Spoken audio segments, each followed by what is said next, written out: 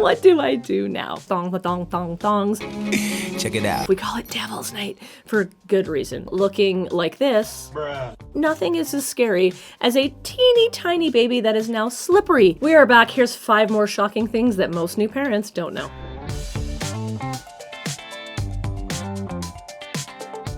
Surprise, surprise. Surprise, surprise.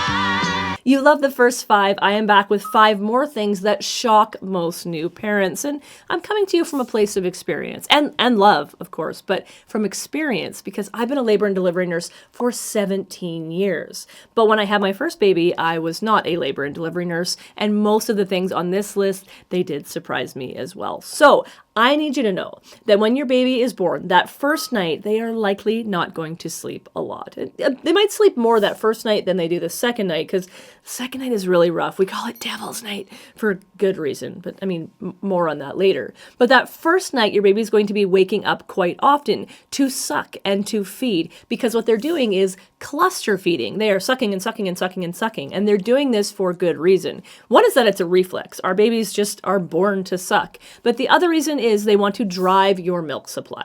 So until your milk supply transitions from colostrum to more mature milk, your baby's going to be sucking and sucking and sucking. That stimulation at the breast is going to help tell your brain, hey, oh, like we need this milk to transition, but also removing what colostrum you do have in there as it is produced tells our body, hey, baby has eaten all of this. It still needs more. Let's up our supply. So your baby is actually doing you a favor, but I like to let new parents know that you're probably not going to be sleeping a lot for the first while, especially the first night, especially the second night, and probably for a few more nights after that. If you went into the hospital looking like you and you came out of the hospital looking like this, that probably surprised you, right?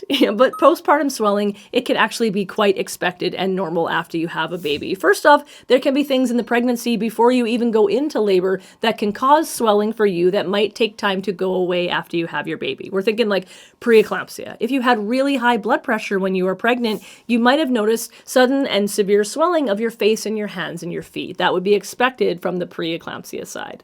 But there are things that can happen during your labor and birth that can lead to excessive swelling after you have your baby. First off, if you had lots and lots of IV fluid, so you had the bag that was dripping into the tube that went into your vein, that can cause a lot of swelling because a lot of that fluid doesn't actually stay in your circulation. It actually leaches out into the tissues around it. We see this a lot with people who had C-sections because in a C-section, it is surgery. We tend to give you a lot more fluids.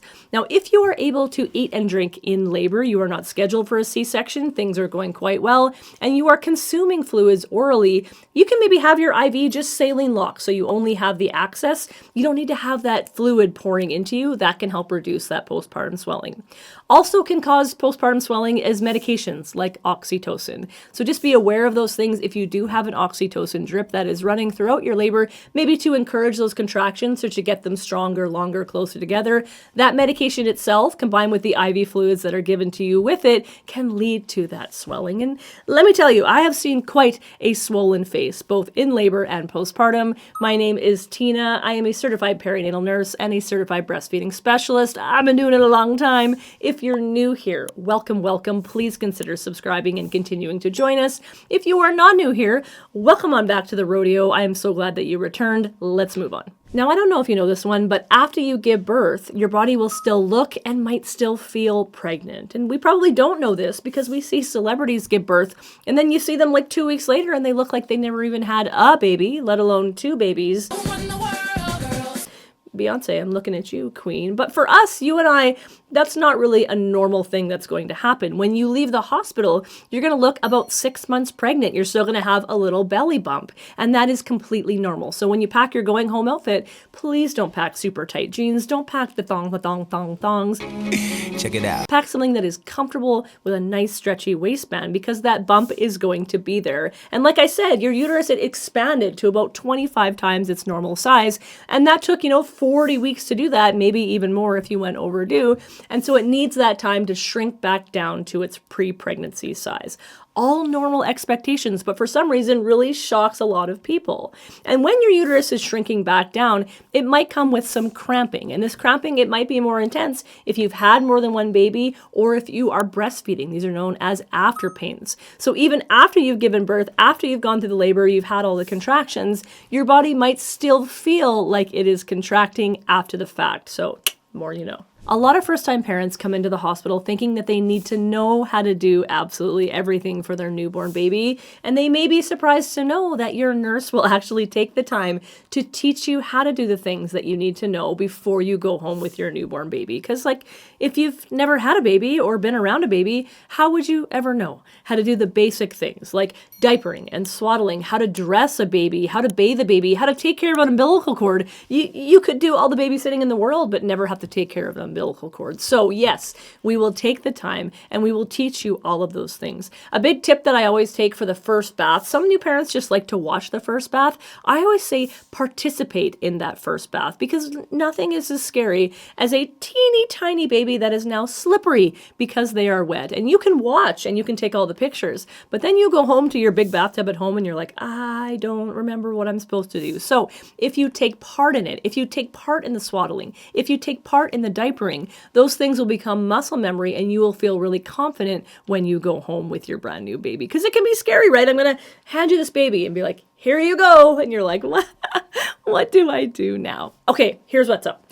If you want to know those things ahead of time because you want to feel like you are more prepared, or when you go home, you want to know where you can look for that information, shameless plug time, I do have a baby care course. It is available right here on my website. It is a baby care course, but I also have a prenatal course and a breastfeeding course, and you can grab yourself a triple threat bundle and you can be prepared all the way from pregnancy to birth to breastfeeding and to postpartum. I mean, hey, it's a one-stop shop. And the last thing I want you in the loop on is that people that you don't even know may be coming and going at all hours of the night. And that sounds a little weird and scary the way that I just described it, so I will elaborate. People can be shocked to find out how many people are on the team that is caring for them and their baby. Because remember, you're not just you anymore. You're a dyad. It's you and your baby. And the more people we're caring for, the more people that are going to be involved. So people coming in and out could be your provider. Maybe your provider has a resident. I'll be coming in and out, but you know me. I've been with you the whole time. I might have a nursing student with me. That nursing student might have a nursing teacher that comes in with them to do the skills that they need to do. Your baby's likely going to have a pediatrician. If they had any issues transitioning, there might also be a NICU team. There could be a respiratory therapist.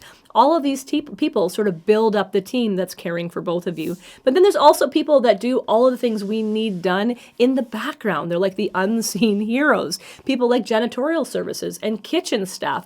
Those people make your stay safe and comfortable, and they can also come and go at multiple different hours of the night. Now, I mean, best case scenario, people are knocking. They are introducing themselves. They're trying to cluster your care together to minimize interruptions, especially at like 2 and 3 o'clock in the morning. But sometimes we sort of get into the zone and we might forget to do those things that we should be doing. And so definitely we can put up some signage if you're finding the interruptions to be too much or to be sort of annoying and aggravating. We can put up those signages to say keep interruptions to a minimum. We can cluster care together. We can make sure that people are doing what they need to do to make sure that you feel good about who's coming in and out of your room. These can all be discussions that can be had if they need to be, but I want you to know there's going to be a lot of people coming on in and out of there. It's just part of the game, really, when you give birth in the hospital. If you like this one, show it some love. Give it a thumbs up. If you missed the first 5 things that shock most new parents, you're going to find that bad boy right there. Please consider subscribing and sticking around. And as always, be happy, stay healthy, have fun. Bye.